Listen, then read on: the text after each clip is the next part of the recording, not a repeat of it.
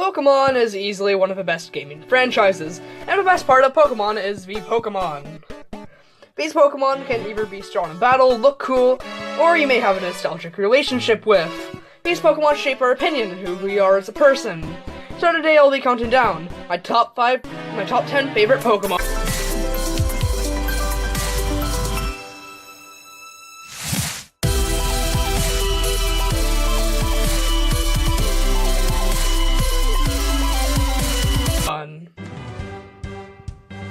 My number 10 spot is a Pokemon that I only like for its competitive usage.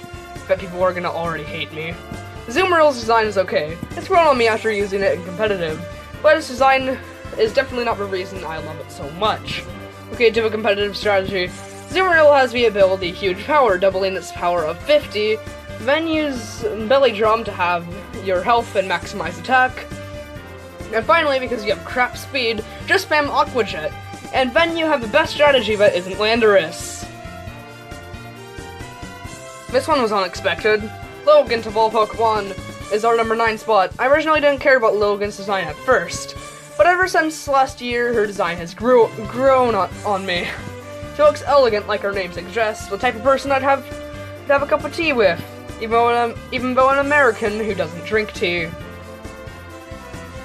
Yeah, Lilligant has a very regal design that makes me feel weird that not many people care about her. So spread the word that Lilligant is freaking awesome and I'll be very, very happy. But in competitive, Lilligant is not that lucky, having a meh move pool and stats. The only strategy I like is the Z Sleep Powder set that Verlisify showed off on Fan Friday. Also, I designed a Mega Evolution for her, but I liked so much I hung up on my wall. Lola forms tend to be good, meh, or bad. Lola Marowak is the only perfect one. I originally loved Cubone and Marowak's backstory, where they hold the skull of their dead mother, which is really dark. I didn't think that death would hurt that much, but after my dog died, I experienced how horrible death feels. I couldn't stop crying after 2 days straight, and even to this day, I miss him and want him back. These are the remains, by the way. The point I'm trying to make is that I feel bad for Cubone and his evolution. Okay, so you may be wondering what this has to do with Alolan Marowak.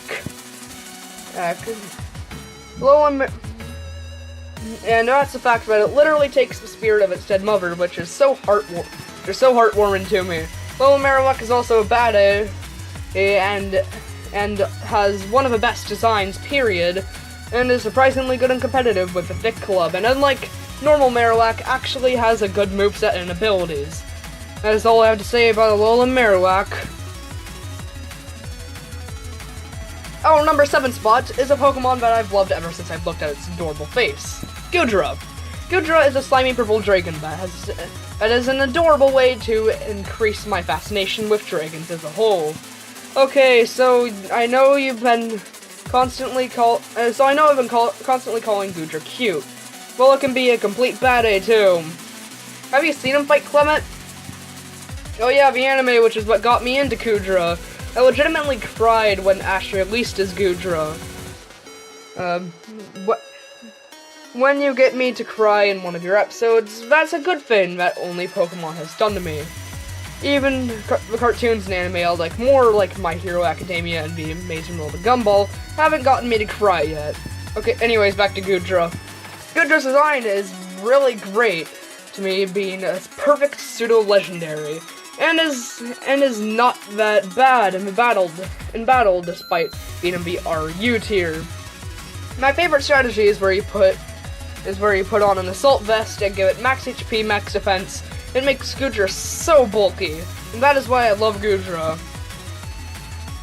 Meloetta is that one Pokemon you don't know why you love.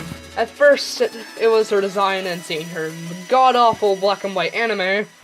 The design, in my opinion, is just really pleasant and gives me a good mood. Anyways, when I got Pokemon X and Y, I traded my Reshiram just to get a Meloetta. You may be saying that trade wasn't worth it, but I still use it in competitive today, and I love it. And speaking of that, Meloetta is a surprisingly good choice spec strategy. that I got a bunch of kills with. I used it against 11 out of 10 twice, so if you want to see the strategy in action, go see those videos. Hashtag shameless plug. Also, Meloetta is the best shiny.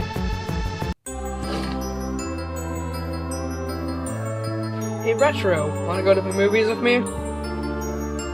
Yes, number 5 is Lopunny. Of all seriousness, I never actually cared for Lopunny at first, but until it got a Mega Evolution. The Mega Evolution is bad, even though I wish it could have been given a Fairy typing, because apparently I'm the only one who thinks Lopunny deserves a Fairy typing. Seriously, though, please do it, Game Freak!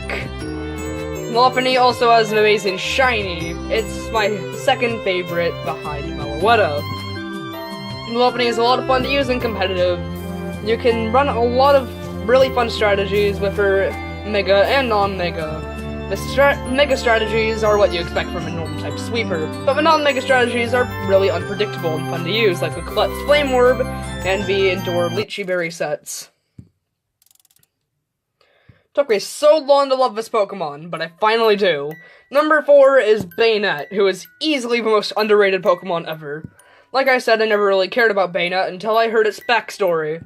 Banette's Diamond, Pearl, Platinum Pokedex entries read, "A doll that became a Pokemon over its grudge for being junked. It seeks the child that disowned it." So it's implying that Banette wants to kill a child, which is really dark for a game made primarily for kids. 2 years ago, I got a Banette plush and used it for the stuffed movie, which is where he was an overall butthole. But in terms of design, he's pretty good. Definitely one of the most creepy designs. But in terms of battle, Banette is fine, I guess. Also, I know Banette has a Mega Evolution. You did not need to type it in the comments. 10 through 8 are amazing Pokemon. 7 through 4 are perfect Pokemon. And 3 through 1 are God tier Pokemon. The first God I'll talk about is Ampharos. I like sheep, and Mareep is one of them, and following Mareep as it evolves is just such a miracle, bringing in a simplistic but appealing design. I remember 3 years ago where I wanted to be an Ampharos for Halloween, but with a glowing tail and everything. Granted, a costume like that probably doesn't exist, and if it did, it'd be too expensive. So I was a Pokemon trainer instead. Anyways, back to Ampharos. Like I said, I have a deep love for sheep. They're so soft. They sound adorable, and I unironically watched Pink Sheep 2 years ago. Please kill me. So, sheep Pokemon is perfect, as well as having a decent origin. And I can't go this long without even mentioning his Mega Evolution. And if you hate it, you're wrong, because, like I said, this is a God tier Pokemon. Seriously though, I could see Mega Ampharos being the sexiest hair model in this world, or the sexiest president in this world. Well, compared to the frickin' god-awful horse/corn hair of Trump. If Ampharos became our president, then good old Merca would be a better place. Okay, now it's time for me to talk about his competitive usage, which honestly doesn't exist. Well, its Mega Evolution does have a whopping 160 attack, but that's all it has going for it. The Dragon typing slows it down, and its speed was decreased, so all good, which didn't exist, was sucked out of its Mega. At least it's better than normal Ampharos. Servine has always been one of my favorite Pokemon. Oh, the whole Snivy line can be number 2. Let's start with Snivy. She has one of the best memes ever, being Smugleaf. And I remember loving Snivy in the anime because being one of the few redeeming qualities. Servine is also one of the most well-designed Pokemon in my opinion, with some competitive sets, and Serperior is a ton of fun in the metagame, and with Contrary being one of the most broken abilities. So Serperior out of the way, let's focus more on Snivy and Servine. I'll be talking about both of them since most of my points for them are similar for both of them. Remember the anime and how Ash had a Snivy that he did nothing with? Like Snivy always loses, and it never evolved, which sucks. I remember being so pissed because of that. But all the good things that Snivy did in the anime are pretty noteworthy, like embracing the Smugleaf meme and beating Trip Servine. Snivy is also has a small part of my channel, well, being in my intro, my second channel profile pic, and a background asset for my first character design. Servine is probably my favorite of the three, despite having nothing going for it besides designs. So... Okay, I have 20 honorable mentions, so let's get to it. Flygon was my original favorite dragon type, Dodrio's a baddie, Scoliped's a baddie, Gourgeist is a perfect mix between beauty and creepiness, Bombi's really heckin' cute, Sizzler's a baddie, Glisopod's a baddie, Lurantis is pretty cool, Haxorus is a baddie, okay, I don't really know why I like Hitmontop, Togetic's adorable, Roarus is pure beauty, Quilava is the second best middle evolution, Inshao is cool and pretty, Lycanroc is the best dog Pokemon, Bisharp's a baddie, Primarina is beautiful, Breloom is adorable and a baddie, Salazzle has a really cool way of evolving, and Noivern's a baddie. Let's not beat up the bush.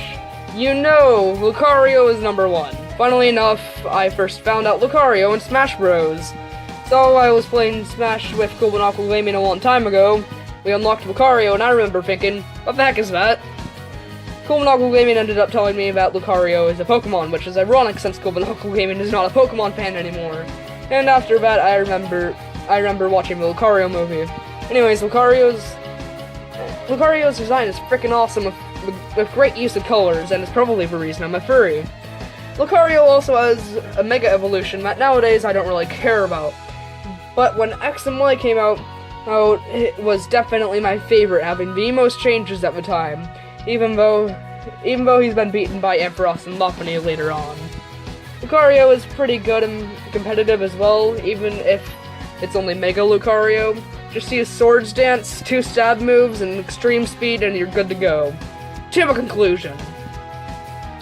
Well, I was finally able to make a 10-minute video. So this video is probably not what you expected. On my last video, it said I'd review It's Daniel 101 or Danny Bro.